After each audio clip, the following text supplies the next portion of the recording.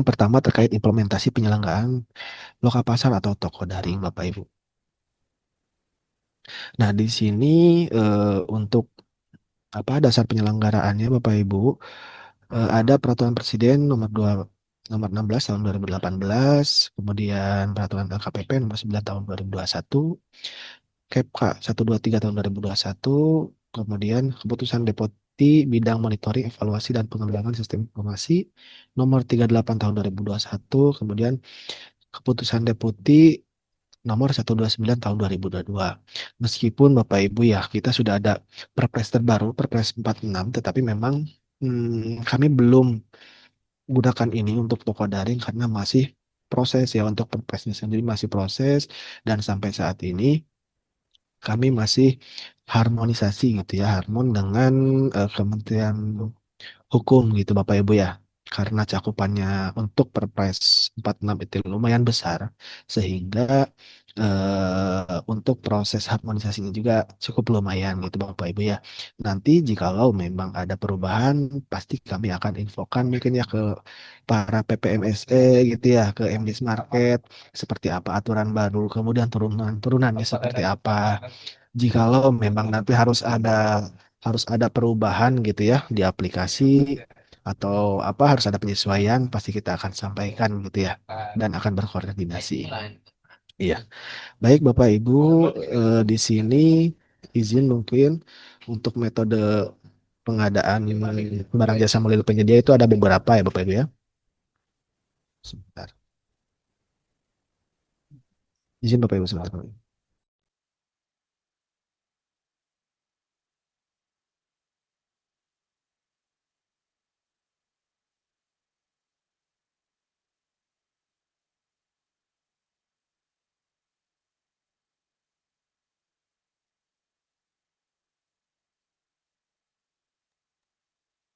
Ya. Maaf Bapak Ibu, takut agak berisik. Ya, baik Bapak izin melanjutkan. Jadi di sini untuk metode pengadaan barang jasa melalui penyedia itu ada beberapa ya, ada banyak. Di sini ada e-purchasing, e-tendering, pengadaan langsung, penunjukan langsung, dan tender cepat gitu ya. Jadi bukan hanya satu-satunya saja e-purchasing ini untuk pengadaan barang jasa pemerintah melalui penyedia. Nah, kemudian di sini untuk pemberian secara elektronik sesuai dengan Perpres tahun 446 gitu ya, nomor 46 tahun 2025. Di sini di katalog elektronik dan toko daring itu termasuk ke e-purchasing gitu Bapak Ibu ya. Di pasal 1 angka 35 Perpres dan 38 gitu Bapak Ibu. Nah, kemudian di sini di Perpres 46 tahun 2025, katalog elektronik dan toko daring itu termasuk e-purchasing gitu Bapak Ibu ya. Atau mungkin toko daring merupakan bagian dari katalog elektronik, bisa dikatakan seperti itu juga. Nah, kemudian kewajiban e-purchasing apabila tersedia gitu ya di dalam katalog elektronik. Karena memang pada dasarnya barang-barang yang memang sudah tayang saja yang bisa ditransaksikan di katalog elektronik atau mungkin di toko daring gitu ya. Karena eh, mungkin ada beberapa produk yang memang susah distandarkan, kemudian pembeliannya juga tidak rutin setiap tahun, biasanya itu eh, tidak ada di katalog elektronik ataupun toko daring gitu ya, yang sifatnya eh, rutin itu yang akan muncul di katalog elektronik. Kemudian di sini juga kewajiban e-processing apabila tersedia dalam katalog elektronik, kecuali tidak dapat memenuhi kebutuhan kebutuhan aspek volume, spesifikasi teknis, waktu, lokasi, dan atau pelayanan. Berdasarkan pertimbangan lebih efisien atau efektif jika dilaksanakan dengan metode selain e-purchasing, gitu ya. Khawatir contohnya kalau nanti ada kondisi tertentu, ada kondisi kahar, mungkin bisa jadi apa namanya, metode pengadaan lain yang lebih tepat gitu Bapak Ibu. Kemudian di sini katalog elektronik dapat digunakan oleh instansi, institusi pelaku usaha, kelompok masyarakat, orang perorangan di luar kementerian lembaga atau pemerintah daerah. Dan ini yang masih kita susun nih Bapak Ibu ya. Karena Perpres ini kita belum ada turunannya, jadi izin mungkin ya untuk sampai saat ini di katalog sendiri pun belum bisa langsung gitu untuk di luar KLPD. BUMN itu sudah bisa, cuma memang masih harus ada beberapa penyesuaian lagi.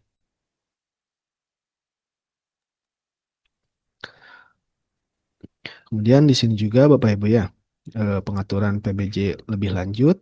Dalam hal ini diperlukan penambahan ketentuan dalam proses bisnis di luar peraturan presiden ini. Institusi lain dapat mengatur lebih lanjut ketentuan yang diatur oleh peraturan presiden. Jadi memang kita masih menunggu turunan tadi ya Bapak Ibu ya, yang masih proses harmonisasi dengan Kemenhub gitu ya.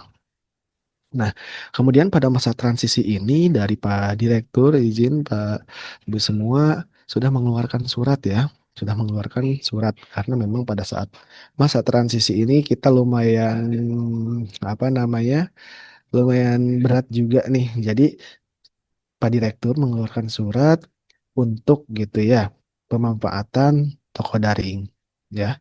Di dalam suratnya intinya adalah toko daring LKPP existing masih tetap beroperasi dan dimanfaatkan sebagai media belanja KLPD gitu ya.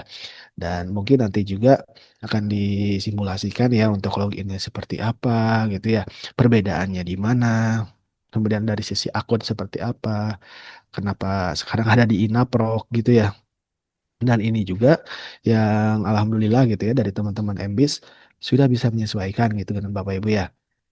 Contoh kita sekarang loginnya menggunakan Inaprok gitu kan itu pasti secara teknis pun berbeda gitu ya. Data yang didapat mungkin apa kayak eh, pengiriman data URL-nya jadi berbeda gitu. Pasti banyak hal-hal teknis yang dari teman-teman PPMSE itu harus disesuaikan gitu ya. Dan mungkin nanti kalau memang ada aturan baru juga akan kami update kembali Bapak Ibu ya dari MBIS, kemudian mungkin dari Bapak Ibu kementerian lembaga atau pemerintah daerah.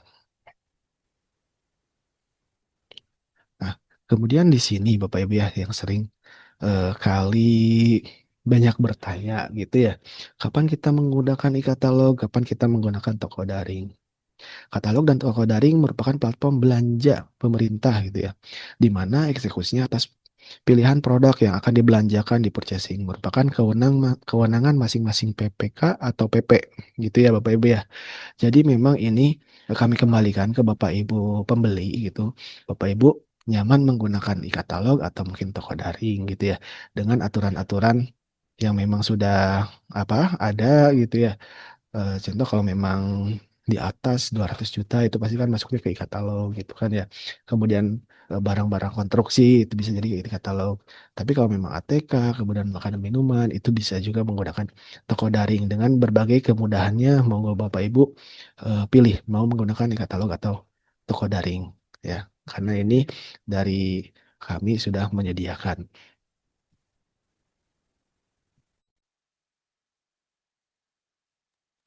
Kemudian di sini toko daring merupakan sistem informasi yang dikembangkan oleh LKPP yang memfasilitasi pengadaan barang jasa pemerintah melalui penyelenggara perdagangan melalui sistem elektronik PPMSE ya. Atau mungkin dalam di sini dalam hal ini MBIS itu termasuk PMSE atau mitra kami Bapak Ibu ya yang berbentuk marketplace atau retail daring.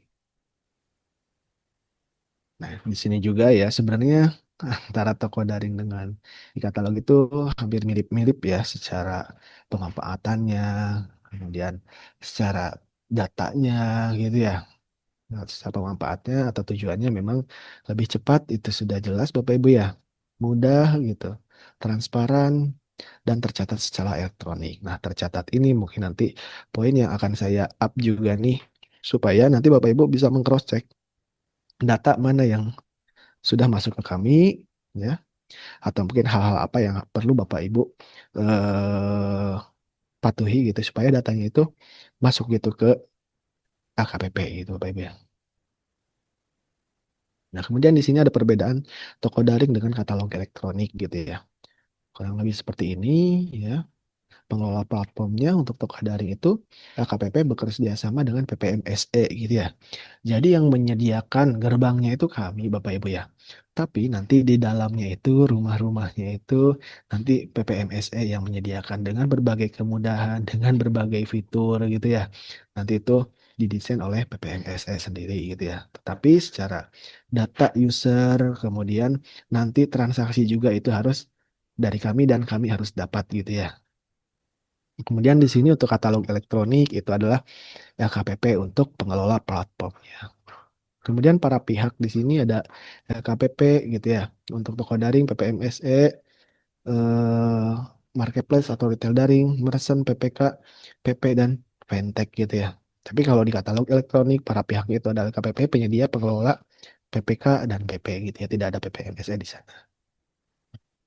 Kemudian di sini kanal platformnya ada bila pengadaan, PDN MK, kurasi lokal, kurasi lainnya. Mungkin kemudian yang katalog elektronik Bapak Ibu sudah ketahui dulu juga, dan nasional, lokal, dan sektoral. Meskipun sekarang di versi 6 baru ada nasional dan sektoral gitu ya. Karena dulu di versi 5 memang lengkap Bapak Ibu ya. Tapi secara bertahap di versi 6 pun akan menuju ke sana. Kemudian pihak yang melakukan kurasi produk di toko daring itu adalah PPMS-nya sendiri, MBIS di sini berarti ya, marketplace atau retail daring.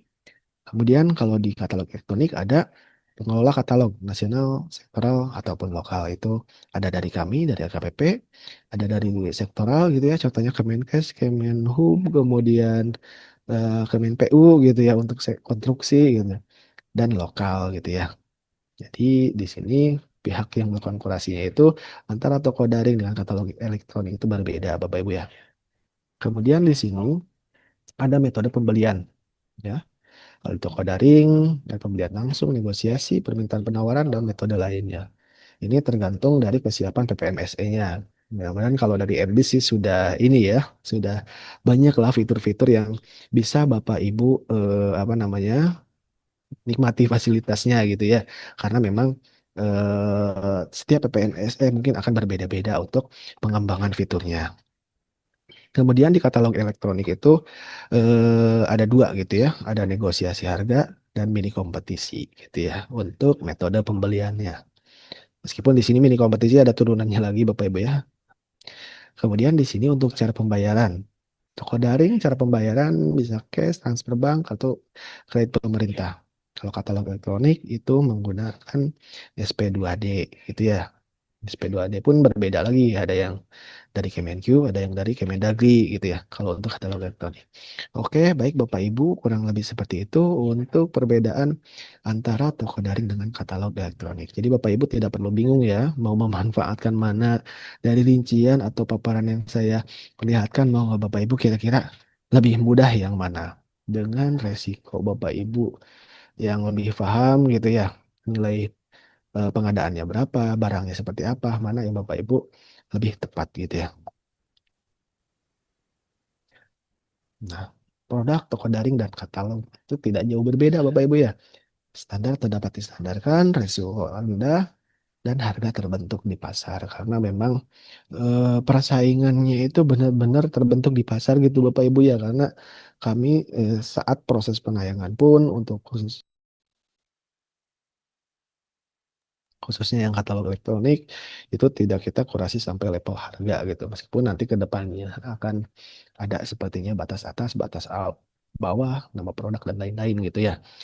Ini memang dari Bapak Ibu PPMS juga mungkin nanti akan memonitor gitu ya, mana harga-harga yang wajar gitu atau mungkin mana harga yang apa tidak masuk akal gitu. Contohnya dinolkan atau Rp1 itu harusnya terdeteksi juga oleh dari MBIS gitu ya atau dari PPMSE gitu ya.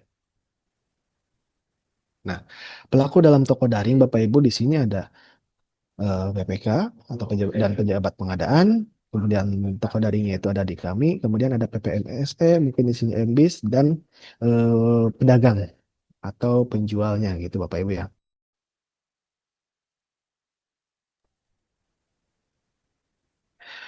Oke, kemudian di sini sekarang kita bahas yang PPMSE-nya Bapak Ibu ya.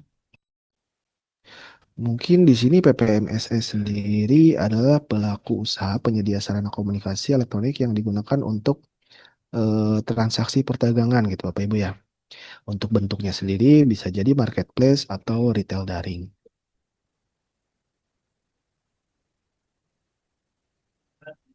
Kemudian di sini Izin Bapak Ibu ya.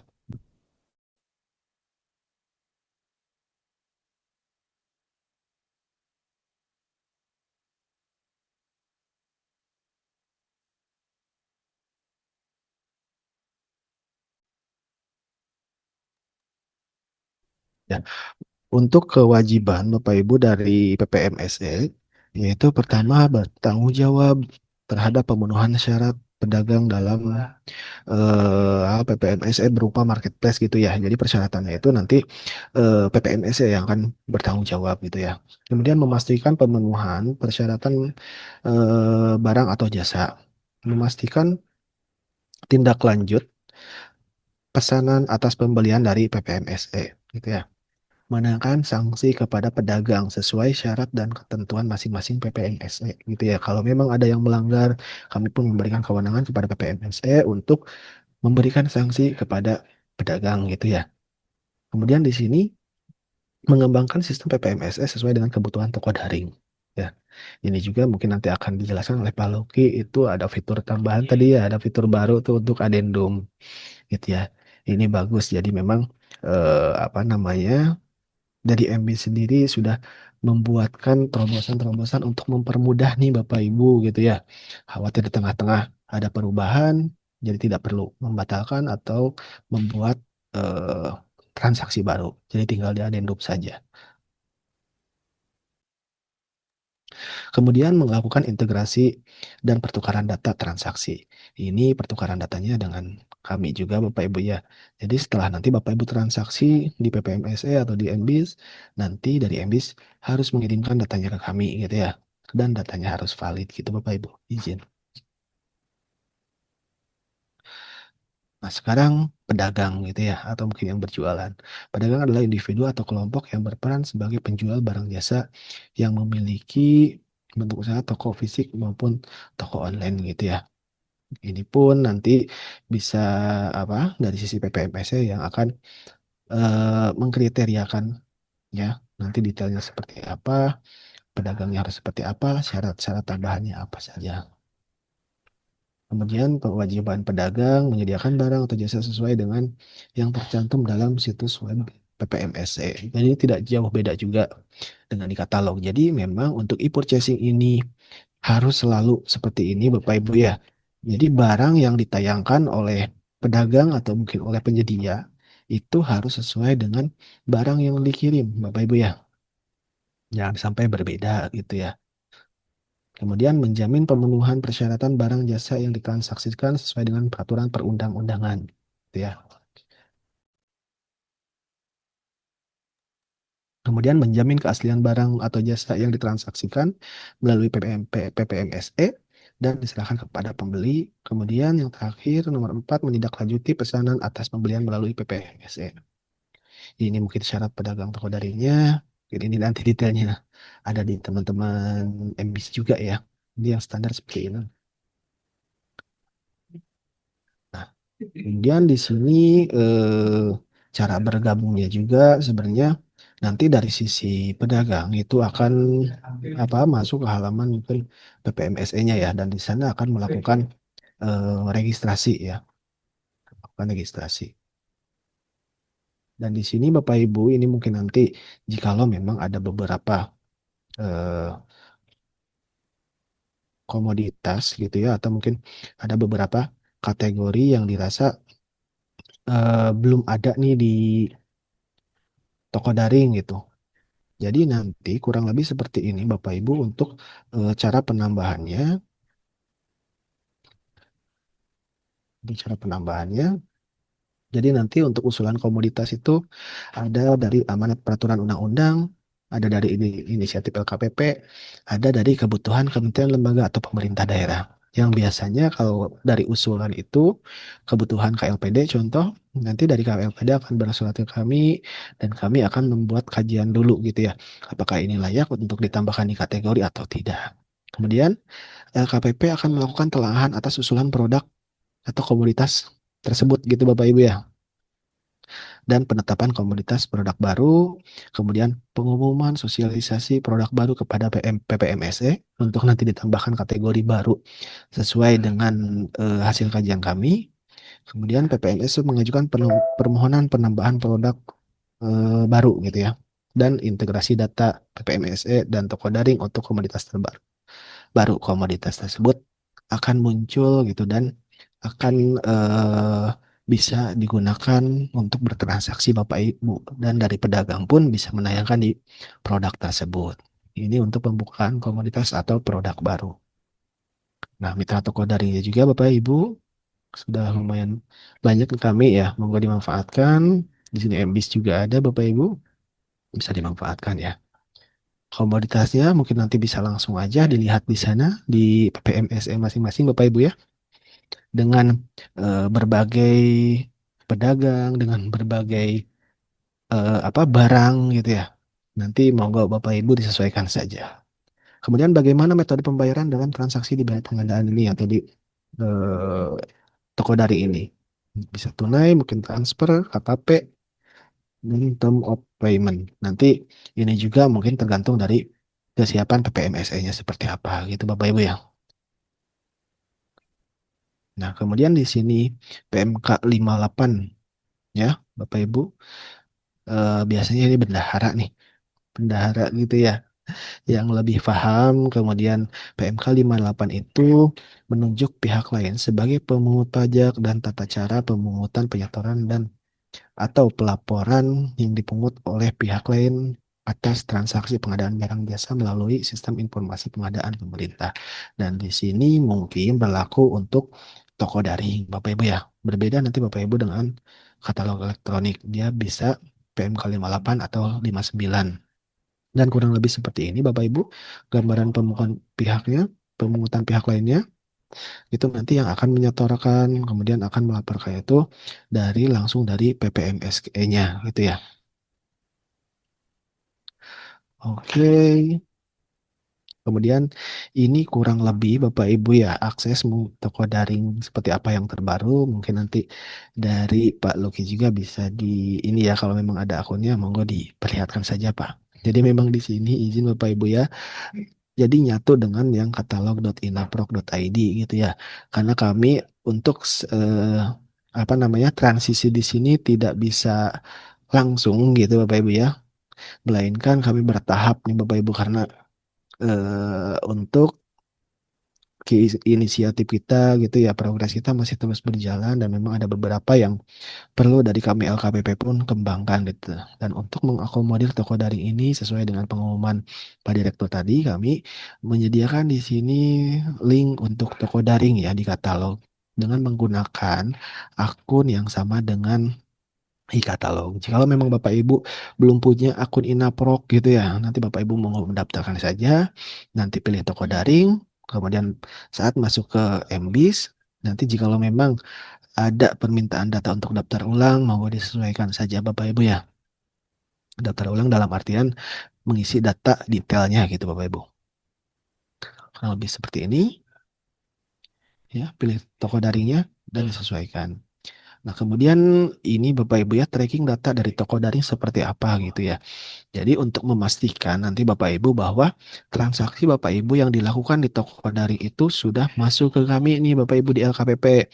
Nah, mungkin kurang lebih caranya Bapak Ibu nanti monggo disesuaikan saja gitu ya. Maksudnya Bapak Ibu kan sudah tahu nih paketnya, kemudian nilainya berapa gitu ya. Kemudian satker Bapak Ibu juga sudah tahu gitu.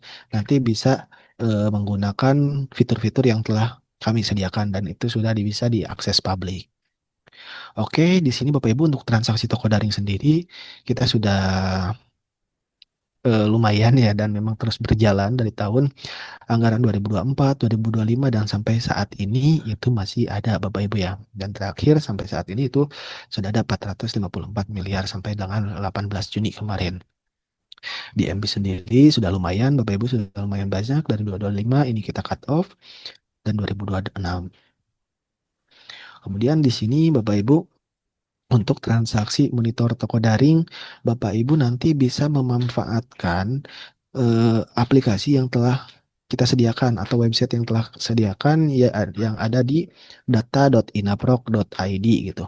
Mungkin di sini saya tidak capture atau tidak lampirkan di PPT karena ini agak panjang ya karena banyak filter di sana. Jadi mungkin saya akan izin Pak Joko saya demokan saja mungkin ya di browser saya. Izin Pak Joko. Silakan, silakan Bapak, silakan. Ya.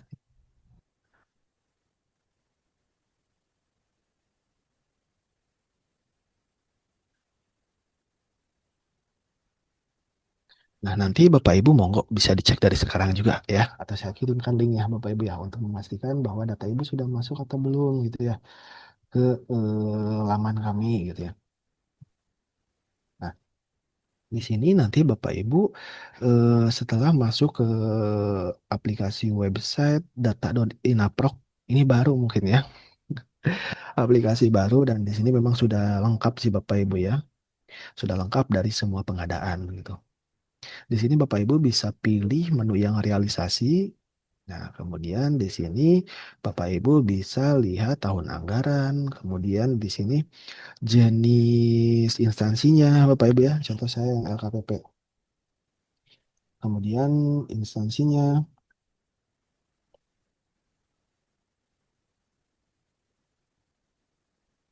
dan satuan kerjanya. Nah, nanti di sini kemudian ada sumber transaksi Bapak Ibu ya. Sumber transaksi di sini banyak sekali Bapak Ibu ya. Bisa jadi katalog 5, 6, e-order, non-tender, dan lain-lain. Dan di sini ada paling bawah namanya toko daring. Nah, seperti itu. Nah, nanti Bapak Ibu di toko daring di sini Bapak Ibu monggo di compare ya Bapak Ibu ya dari nilai transaksinya. Ya, saya kemarin sudah sampling sih ya beberapa memang sudah masuk juga. Karena saya kemarin lihat juga nih transaksi yang ada di MBIS gitu ya. Kemudian saya mengcompare salah satu nilai gitu itu sudah muncul ternyata di sini ya di aplikasinya kami gitu ya yang di data.inaproc. Nah, memang di sini tidak terlalu detail Bapak Ibu ya sampai level PPMS-nya apa, kemudian RUP-nya apa. Tapi Bapak Ibu nanti bisa lihat juga mungkin dari kode paketnya dan nilai transaksinya gitu ya. Dan ini data.inaproc ini masih kita kembangkan Bapak Ibu ya berhubung beda-beda sumber datanya gitu. Ada yang dari tender, ada yang dari katalog gitu ya. Kemudian di sini juga sirup ada gitu. Jadi filter-filternya, kemudian view-viewnya masih kita banyak yang sesuaikan Bapak Ibu ya. Jadi untuk nanti Bapak Ibu mengcompare monggo Bapak Ibu cek di toko daring Bapak Ibu gitu ya hasil transaksinya atau mungkin di MBIS. Nanti coba lihat di sini apakah sudah muncul atau tidak dengan nilai transaksi atau dengan ID yang Bapak Ibu gunakan transaksi di PMSE. Oke, Bapak Ibu, izin mungkin Pak Joko kurang lebih seperti itu paparan dari saya dan sekali lagi permohonan maaf dari Pak Direktur, Bapak Ibu ya belum bisa langsung menyampaikan materi atau mungkin eh, langsung bergabung bersama kita semua. Terima kasih barangkali Bapak Ibu. Wassalamualaikum warahmatullahi wabarakatuh. Waalaikumsalam warahmatullahi wabarakatuh. Terima kasih Pak Indra untuk paparannya. Nanti teman-teman pejabat pengadaan yang hadir pada siang hari ini, nanti kalau ada pertanyaan bisa langsung disampaikan pertanyaannya setelah kita masuk di sesi tanya jawab. Ya, hari ini kita akan lanjutkan sesi presentasinya dari sisi emis market yang akan disampaikan langsung oleh Bapak Luki Adrian. Untuk layar sepenuhnya kami serahkan ke Pak Luki. Bismillah. Assalamualaikum warahmatullahi wabarakatuh. Terima kasih banyak Pak Koko, rekan kolega saya di MBIS Market juga yang sama-sama masih berjuang gitu ya untuk membantu pengadaan digital di Indonesia ini supaya lebih baik lagi dan juga lebih efisien lagi lah gitu ya. Um, Hormat saya nggak lupa dengan Pak Indra Wilda Parahman ya, terkait perwakilan Direktorat Pasar Digital Pengadaan LKPP RI. Salam kenal Pak. Saya Lucky itu dari bagian dapur kalau Mas Koko tadi bilang atau bagian teknisnya yang mengembangkan dan juga bertanggung jawab untuk memastikan proses di dalam sistem MBIS Market itu mudah digunakan dan juga mudah dimengerti serta juga selaras dengan apa namanya arahan dari LKPP selaku apa namanya role model kami lah seperti itu Pak. Izin dalam kesempatan kali ini saya akan memaparkan dua hal sebenarnya. Yang pertama ini terkait sama mungkin tadi juga udah sekilas disampaikan oleh Pak Indra dari LKPP terkait sama dari pembeli ataupun dari OPD atau ASN yang melakukan transaksi sebagai PP-PPK di dalam sistem Inapro, kemudian nanti terintegrasi dengan sistem Ebis Market sampai dengan laporan itu tercatat. Jadi tujuan utama tadi di akhir bahwa tujuan prosesnya itu harus login menggunakan apa namanya akses inaproc.id, kemudian pilih toko daring Ebis Market itu agar semua datanya itu tercatat di data.inaproc.id di bagian realisasinya. Jadi ini langsung aja. Kemudian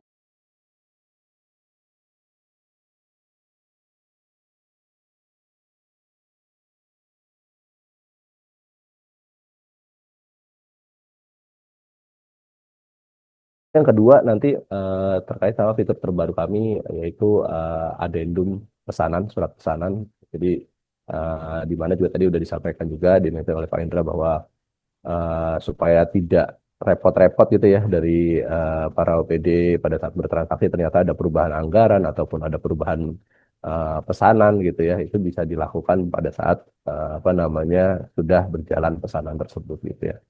Ini langsung yang pertama saja, izin Bapak Ibu, apa namanya, saya akan memaparkan terkait sama cara pembeli login di Inaproc. Jadi ini untuk belanja kebutuhan pengadaan barang dan jasa supaya lebih mudah dan terpercaya gitu ya.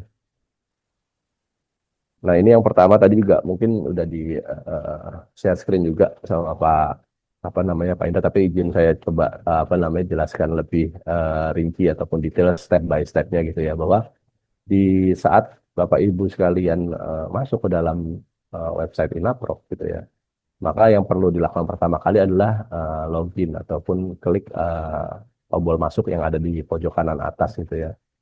Itu setelah nanti masuk, maka yang harus dilakukan adalah menginput ataupun memasukkan email pejabat pengadaan ataupun PPK yang sudah terdaftar sebelumnya di Inaproc. Jadi di kesempatan kali ini saya tidak apa namanya memaparkan ataupun menjelaskan detail, dan kesempatan kali ini kita diskusinya bukan lebih ke arah pendaftaran di katalog elektronik versi 6 atau di Inaproc, tapi ini anggapannya sudah terdaftar sebelumnya. Jadi masukkan di kolom email Bapak Ibu gitu ya, kemudian klik masuk atau daftarnya gitu. Nah, nanti ada apa namanya biasanya ada verifikasi terkait sama verifikasi robot ataupun nanti harus menginput password gitu ya di sisi Inaproc-nya. Nah, setelah itu setelah dia login di akun Inaproc ataupun di katalog elektronik versi 6, maka untuk para PPP ataupun PPK yang punya satu email, dia merupakan Japung gitu ya, misalnya dari PP gitu ya, dia pasti akan terlihat list beberapa satker yang terdaftar di akun tersebut di Inaproc gitu. Ini tampilannya kurang lebih kayak gini. Jadi ini satu satu user akan melihat beberapa role ataupun satker yang dia kelola gitu ya. Jadi kalau misalnya dari teman-teman Inaproc gitu ya waktu itu menyampaikan bagian dari ini nih bukan user namanya. Jadi ini buat edukasi juga, buat buat penyampaiannya supaya lebih lebih nanti menggunakan satu kata yang sama gitu ya. Jadi tadi user itu adalah orang ataupun individu yang login ke dalam akun Inaproc-nya. Nah, di bagian satkernya ini dianggapnya itu adalah sebagai persona. Jadi dia berperan sebagai apa gitu untuk melakukan transaksinya. Jadi ini persona yang perlu dipilih pada saat melakukan transaksi. Jadi kalau misalnya di layar Bapak Ibu sekalian ini ada 6 persona gitu ya. Ada satker dari Sekda, Dinas Pendidikan, Kantor Kementerian Agama dan Kota Langsa gitu dan lain sebagainya. Ini harus diklik masuk di paling kanan itu yang merah. Itu nanti otomatis akan tampil layarnya seperti ini. Di kanan atas itu terlihat bahwa dia sudah login dan juga sudah pilih persona sebagai Satker Kabupaten Lampung Utara gitu ya, di Sekda Satkernya Bapak Ibu. Jadi ini langsung masuk ke dalam homepage Inaproc yang sudah login gitu ya statusnya.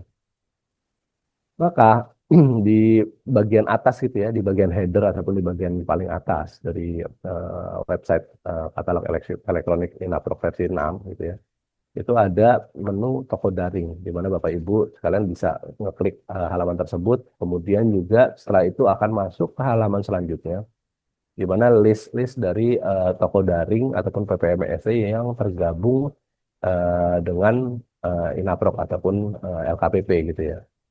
Jadi salah satunya MBIS Market gitu ya. Nah, setelah milih MBIS Market, maka Bapak Ibu akan muncul tampilan seperti ini yang tadi disampaikan oleh Pak Indra juga bahwa transisi waktu dari versi 5 ke versi 6 di tahun lalu gitu ya, lumayan tight juga, kita fully support gitu ya ke LKPP dalam apa namanya menghadapi supaya cepat realisasi versi 6-nya. Waktu itu kalau kurang lebih kita pengembangannya sekitar 2 sampai 3 minggu untuk terrealisasinya integrasi yang smooth gitu ya, yang mudah dan juga cepat gitu ya. Nah ini muncullah halaman berikut itu tadi setelah pilih MBIS Market. Jadi ada pertanyaan apakah Bapak Ibu itu sudah pernah mendaftar di MBIS Market atau belum gitu. Kalau belum, maka nanti akan diarahkan untuk proses mendaftar gitu ya. Tapi kalau yang kita bahas ini kalau Bapak Ibu sudah apa namanya terdaftar di akun MBIS Marketnya gitu ya. Jadi kalau tadi di Napro kan levelannya baru sampai satuan kerja saja gitu ya, bahwa bisa jadi keunggulan lainnya yang mungkin saya izin sampaikan Pak Indra juga dan juga Bapak Ibu sekalian, bahwa di MBIS Market itu bisa juga sampai ke levelan bidang gitu. Bisa jadi apa namanya pengen menggunakan akun yang terpisah gitu sampai levelan bidang, maka itu juga bisa dimungkinkan. Tapi nanti jangan khawatir bahwa pada saat laporan transaksinya itu nanti bisa di rekonsiliasi jadi satu user yang sama yang didaftarkan di Naprok gitu. Nanti mungkin detailnya pada saat kita sesi tanya jawab mungkin Bapak Ibu. Jadi setelah klik sudah, maka ini perlu memasukkan kata email dan juga kata sandi untuk akun yang sudah terdaftar di MBIS Market ya. Jadi bisa jadi email yang digunakan untuk mendaftarkan di Naprok dan juga email yang terdaftar di MBIS Market itu menggunakan email yang berbeda. Nah ini tujuannya itu kalau bahasa teknisnya itu namanya SSO atau single sign on. Tapi kalau misalnya untuk bahasa gampangnya itu supaya ke mapping lah atau ke integrasi lah akunnya. Jadi akun yang terdaftar di Naprok itu nanti juga harus terintegrasi dengan akun yang terdaftar di MBIS Market. Sehingga pada saat nanti user tersebut bertransaksi, kita udah punya kuncinya lah intinya untuk disampaikan ke Inaprok laporannya lewat sistem ke sistem gitu ya, lewat API. Transaksi tersebut dilakukan oleh siapa, kemudian satkernya apa di Inaprok, sehingga pada saat pencatatan di data.inaprok itu tidak salah sasar ataupun tidak salah kotaknya gitulah Bapak Ibu. Nah, ini tadi yang saya sampaikan, kalau misalnya udah input email dan password dan berhasil, maka ada informasi yang akan muncul seperti ini. Nah, ini kebetulan contohnya ini ada dua uh, bidang yang di loginkan menggunakan email saldo@gmail.com ini. Ada satu pertama PT Saldo Penjualan ATS dan juga tes akun saldo. Jadi ini informasi di mana dia itu juga nanti harus memilih ini mau ditransaksikan ataupun mau dimappingkan atau mau diintegrasikan ke bidang yang mana yang didaftarkan di MBIS Market. Dan juga di kiri bawah itu kan ada yang merah pink itu.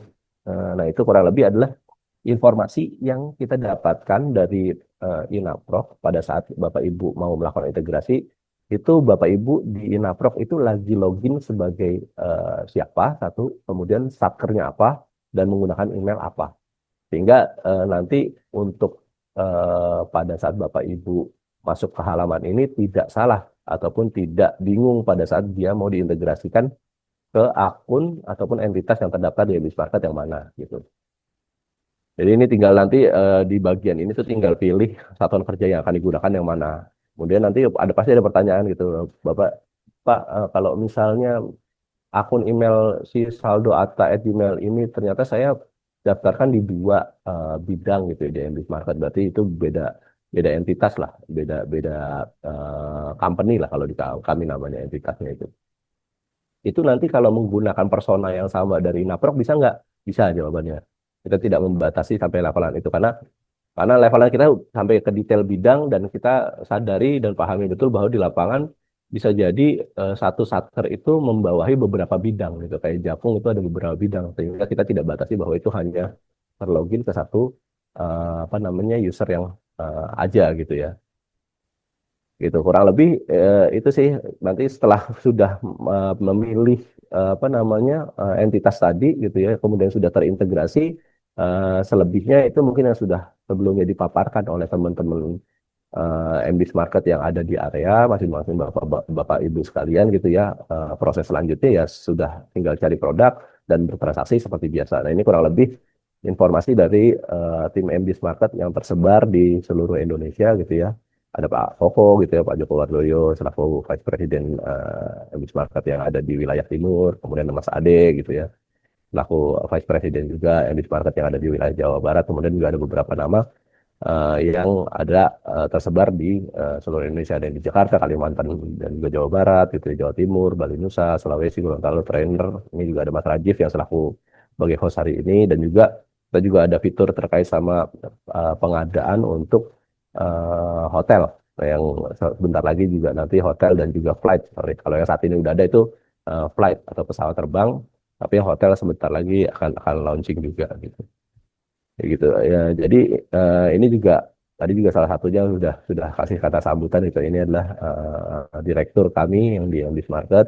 Ya, ada Pak Arin Hermawan, selaku CEO kami gitu ya. Ada Pak Yoki, CTO kami, Pak Andi tadi yang sudah menyapa Bapak Ibu sekalian gitu ya sebagai CEO dan juga CEO kami, dan juga Bu Christine selaku Chief Financial Officer kami. Itu untuk paparan yang pertama materinya. Ini langsung aja Mas Koko, kita langsung ke materi yang kedua kah atau mau Langsung aja Mas, langsung satu aja. aja ya? Iya. Oke. Untuk yang kedua ini tadi yang saya sampaikan adalah terkait sama terbaru update lah, ini ya recent update terkait sama fitur yang baru dikembangkan lah, baru masih hangat lah intinya fitur yang kita kembangkan, dan ini juga kita mengacu ke apa yang sudah disediakan sebelumnya di Inaproc versi 6 dan juga sesuai dengan regulasi yang sudah mengatur terkait sama hal ini. Nah, ini fitur apa? Ini adalah tadi yang saya sudah sampaikan bahwa ini adalah fitur addendum pesanan. Jadi pada saat Bapak Ibu sudah bikin pesanan, kemudian bahkan udah sebagian pesanan tersebut udah dikirimkan. Nah, kemudian yang sisa belum dikirim ini mau ada perubahan, entah itu ada perubahan anggaran ataupun perubahan apa gitu. Tapi itu bisa nggak di addendum atau melakukan perubahan. Nah, itu bisa. Tuh, jadi penyesuaian jumlah barang pada pesanan yang sudah dibuat tanpa perlu repot intinya. Itu tagline-nya kami gitu ya. Kemudian batasannya seperti apa? Nah, fitur ini tuh hanya bisa digunakan yang pertama itu pada saat pesanannya tersebut tipe pembayarannya itu metodenya adalah TOP. Jadi kami itu ada dua sistem ataupun tipe pembayaran gitu ya. Ada yang term payment, intinya dikirim dulu barang ke Bapak Ibu, kemudian pembayaran nanti menggunakan jangka waktu tertentu gitu yang disepakati antara pembeli dan penjual, ataupun PBD, cash before delivery. Jadi bayar dulu, baru nanti akan dikirimkan oleh penyedia gitu ya. Kalau ini hanya bisa fitur ini pada saat TOP gitu ya. Nah, kemudian pada saat apa aja ini bisa dilakukan, yang kedua adalah saat status pesanannya itu hanya dalam area dua saja gitu ya. Satu, pada saat status pesanan itu siap dikirim, atau pada saat pesanannya itu dalam pengiriman gitu. Dan juga syarat ketiganya itu tidak ada terkait sama komplain yang sedang berlangsung terkait sama pesanan yang ingin diadendumkan. Nah, yang keempat juga tidak ada proses adendum terkait sama PO yang ingin diadendumkan. Jadi nggak boleh bertumpuk gitu adendumnya. Jadi harus satu-satu selesai baru baru bisa adendum lagi gitu. Nah, tata caranya gimana? Yang pertama dari sisi pembelinya dulu, bahwa pembeli itu mengajukan adendum. Jadi caranya gimana? Step pertama ya tadi setelah dari login dari Inaproc gitu ya, masuk ke Inaproc, kemudian pilih persona ataupun satker yang ingin dipakai gitu ya. Ini mau menggunakan satker mana, kemudian pilih MBS Market. Nah, maka akan masuk login kan, login ke MBS Market, kemudian menggunakan email dan password yang sudah terdaftar di MBS Market. Nah, yang berikutnya adalah ini yang catatan yang paling paling penting mungkin menurut saya di bagian bawah gitu. Yang mengajukan adendum itu siapa bolehnya role-nya di MBS Market gitu ya. Jadi menurut peraturan Perpres nomor 46 tahun 2025 pasal 54 bahwa yang dapat mengajukan adendum itulah hanya pejabat pembuat komitmen PPK-nya saja gitu ya. Bukan PP tapi PPK-nya saja, karena PPK yang ditunjuk bertanggung jawab terhadap surat pesanan yang dibuat di apa namanya toko daring gitu ya, dan juga mungkin di katalog lokal juga gitu. Kemudian tadi setelah login dia akan milih ini jika ada beberapa entitas yang tergabung gitu ya, ataupun yang satu email ini terdaftar untuk beberapa entitas tadi ataupun beberapa bidang yang terdaftar di Ambis Market. Jadi dia harus pilih apa namanya instansi atau entitasnya ataupun bidangnya baru masuk gitu ya. Kemudian masuk ke menu pesanan. Jadi ini bisa masuk ke menu ataupun pilih akun di bagian kanan atas gitu ya. Kemudian akan muncul apa namanya tulisan pesanan gitu ya. Itu akan diarahkan langsung ke list ataupun daftar pesanan yang ada ataupun yang tercatat atas PPK ini gitu ya. Jadi ada list-list PO-nya atau surat pesanan lah. Kemudian tadi salah satu syaratnya kan dalam pengiriman dan juga siap dikirim gitu ya. Ini kebetulan ini contohnya untuk status yang dalam pengiriman. Maka ini match nih kalau misal dalam pengiriman bisa nih di addendum nih untuk transaksi PO nomor sekian ini gitu. Kemudian dipilih, jadi dia dilihat detailnya. Kemudian ada tombol nanti kalau misalnya di kami itu tombol kalau ajukan addendum ini hanya muncul tadi sesuai dengan syarat bahwa dia itu status pesanan dalam pengiriman ataupun siap dikirim dan juga tidak ada addendum tambahan dan juga tidak ada komplain. Jadi syarat itu harus mutlak terpenuhi dulu baru tombol ini muncul gitu. Jadi jangan jangan bingung gitu nanti Bapak Ibu kalau misalnya kok tombolnya di kami nggak muncul Pak gitu ya karena tadi 4 syarat itu jadi hal yang wajib untuk terpenuhi dulu sebelum bisa melakukan ataupun munculnya tombol addendum ini. Kemudian setelah diajukan addendum maka ini ada informasi yang harus diisi gitu ya. Harus diisi bahwa satu masukkan alasan adendumnya gitu. Jadi ini ada beberapa hal yang perlu disampaikan. Ini nanti apa yang ditulis di sini juga butuh dibaca gitu ya oleh penyedianya gitu ya. Kemudian yang berikutnya kuantitasnya juga harus diubah. Jadi yang bisa dirubah itu saat ini dan kita akan kembangkan ini lebih lanjut lagi ya sesuai dengan nanti masukan-masukan yang didapatkan dan juga sesuai dengan regulasi yang mengatur terkait sama adendum ini. Ini yang bisa dirubah saat ini hanya kuantitas dari produk yang ada di dalam PO ataupun surat pesanan ini gitu. Ini juga ngacu ataupun mengacu ke Perpres nomor 46 tahun 2025 tadi, pasal 54 ayat 2 lebih tepatnya gitu ya. Ini langsung spesifik menyebutkan ini ada batasannya nih. Jadinya kalau mau adendum tetap ada batasannya, nggak bisa langsung dinaikin semaunya gitu, tidak bisa gitu. Tapi ada regulasi yang mengatur bahwa di pasal 54 ayat 2 tersebut bahwa perubahan kontrak dilaksanakan dengan ketentuan penambahan nilai kontrak akhir tidak melebihi 10% dari harga yang tercantum dalam kontrak awal. Nah, di sini nggak bisa langsung ngedit harganya karena kan semua harga itu mengikat ke kuantitasnya. Jadi yang bisa dirubah di kami gitu ya hanya kuantitas yang dirubah. Kemudian ada batasannya pada saat kuantitas tersebut ditambahkan maka total harganya akan mengkalkulasi secara otomatis gitu dan itu dibatasi tidak boleh lebih dari 10% kecuali di situ juga ada tertulis dituangkan di pasal 54 juga gitu kecuali ada dalam keadaan kahar gitu ya ataupun force majeure. Nah, itu baru baru boleh lebih dari 10%. Nah, tentunya itu juga perlu ada penyesuaian dan juga perlu ada informasi tambahan yang perlu disampaikan lah kalau misalnya force majeure tersebut. Nah, kalau tadi syaratnya sudah terpenuhi, kemudian pengajuan adendumnya itu tidak lebih dari 10% gitu ya. Kalau kurang gimana? Nah, kalau kurang itu di Perpres tersebut belum diatur. Jadi masih ada ruang untuk apa namanya surat pesanan itu ternyata bisa diubah lebih dari 10%, misalnya 15% ataupun 20% itu bisa.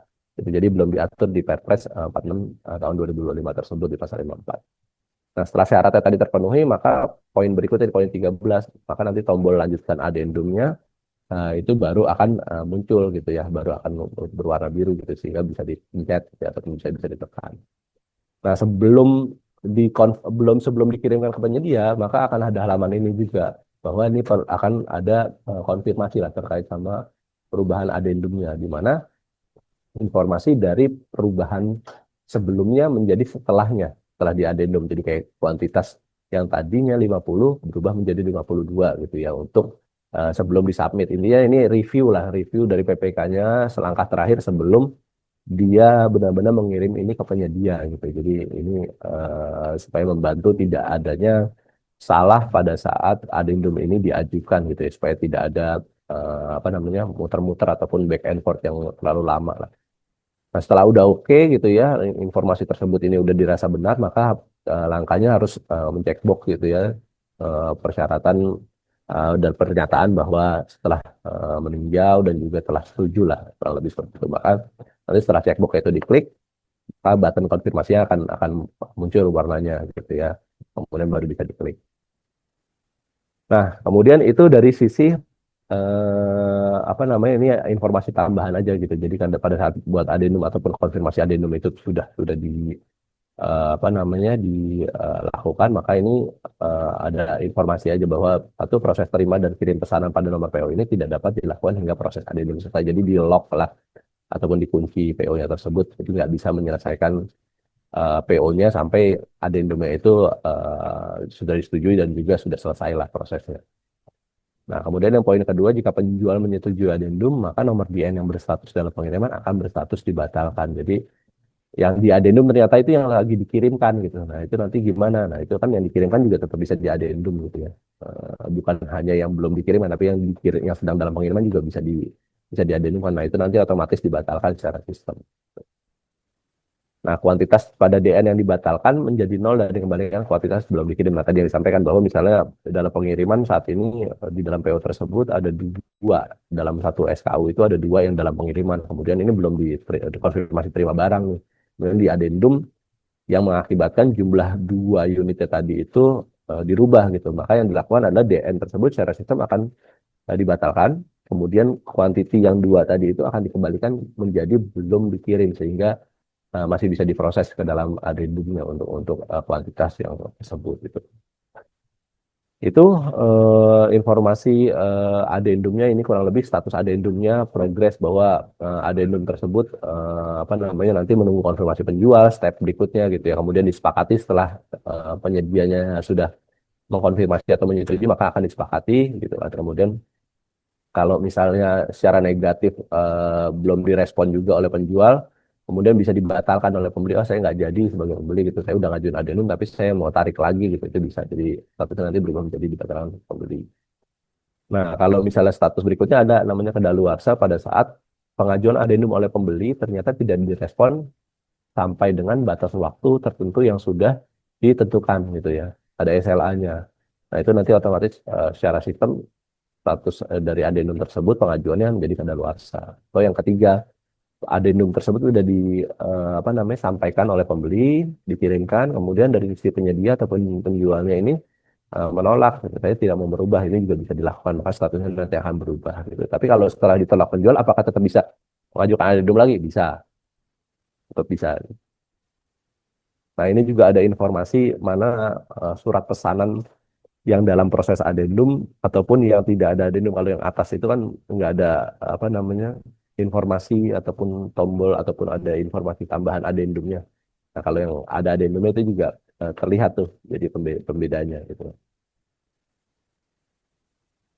Gitu. Nah, ini apa namanya informasi untuk yang tadi saya sampaikan masalah terkait sama statusnya lah. Kalau misalnya dia mau batalkan, gimana caranya? Ya tinggal masuk ke dalam PO yang sama, gitu ya. Kemudian ada button nanti di bawah kanan bawah tuh batalkan adendumnya.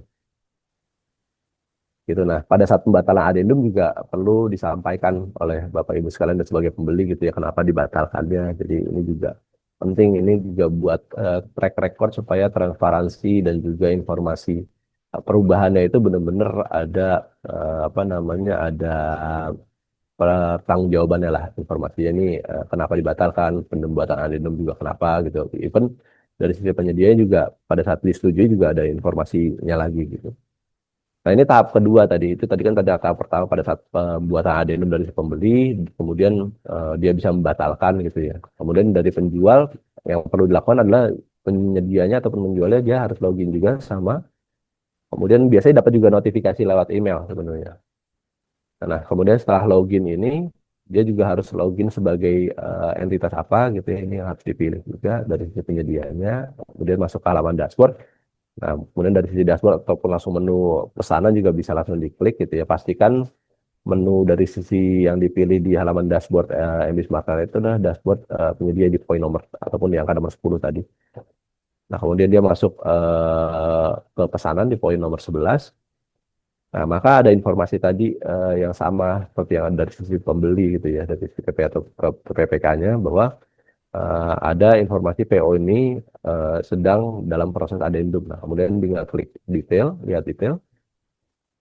Kemudian ini adalah halaman rincian pesanan di mana dia bisa melihat bahwa status dari sisi pesanan surat pesanan ini adalah dalam pengiriman gitu ya, dan juga ada informasi yang sudah sebagian dikirimkan untuk barang yang dalam surat pesanan ini gitu ya. Nah, kemudian pada halaman rincian pesanan, scroll ke bawah hingga Anda menemukan bagian addendum purchase order gitu ya. Kemudian klik aksi pada addendum PO yang ingin Anda konfirmasi. Jadi masuk ke halaman detailnya lah di poin nomor 13 yang dikotakin. Itu ada informasi di mana itu harus apa namanya masuk ke halaman detail addendum yang diajukan oleh pembeli tadi untuk mengkonfirmasinya. Jadi lihat statusnya juga kalau misalnya yang dibatalkan pembeli otomatis pada saat masuk halaman aksi detail ya nggak akan ada informasi konfirmasinya gitu ya. Tapi statusnya yang menunggu konfirmasi penjual gitu ya. Dan juga informasi tambahan aja bahwa addendum ini juga ada halaman cetaknya, jadi bisa di print nantinya ataupun di save as PDF gitu ya jika nanti dibutuhkan. Ini kurang lebih dokumen informasi ataupun halaman PDF pada saat Bapak Ibu melakukan cetak dokumen addendum gitu ya. Nah, ini tadi masuk ke halaman detail addendum yang sudah di submit ataupun dibuat oleh pembeli gitu ya. Maka dari sisi penyedia bisa melihat ataupun memilih button yang akan dipilih gitu ya, tombol yang dipilih entah itu dia mau tolak addendum atau terima addendumnya. Nah, yang tadi saya sampaikan juga jika tolak maka penyedia juga wajib untuk menyertakan alasan penolaknya, gitu, penolakannya gitu ya supaya terrecord semuanya, supaya jelas juga dari sisi pembelinya ini ditolaknya karena apa. Gitu. Nah juga pada saat terima addendum dia juga harus memastikan ini semua juga. Jadi ada terms and condition ataupun syarat dan ketentuan yang harus dibaca, kemudian di checkbox dan juga harus di submit bahwa dia itu eh, setuju gitu ya terkait sama penerimaan addendum ini. Nah, ini kurang lebih pada saat sudah disetujui, kemudian dia menggunakan alasan adendum penambahan kuantitas gitu ya, bahwa statusnya juga sudah disepakati, berarti ini positif yang di akhir gitu ya statusnya, sehingga sudah selesai, sehingga PO tersebut otomatis juga berubah sesuai dengan nilai adendum yang sudah disepakati tadi. Nah, ini tahap ketiga adalah penjual proses pengiriman barang ya kurang lebih juga akan sama gitu ya dengan sebelum di addendum proses pengirimannya, tapi yang membedakan itu adalah nanti di kuantitasnya itu akan terupdate gitu ya di apa namanya angka nomor satu ataupun di poin nomor satu tersebut kan kalau dilihat kan kuantitasnya tadi sebelum 50, maka setelah addendum berubah karena ada perubahan kuantiti sebanyak dua gitu ya jadi 52, kemudian otomatis bisa pengiriman pun akan bertambah menjadi dua juga gitu 47 jadinya.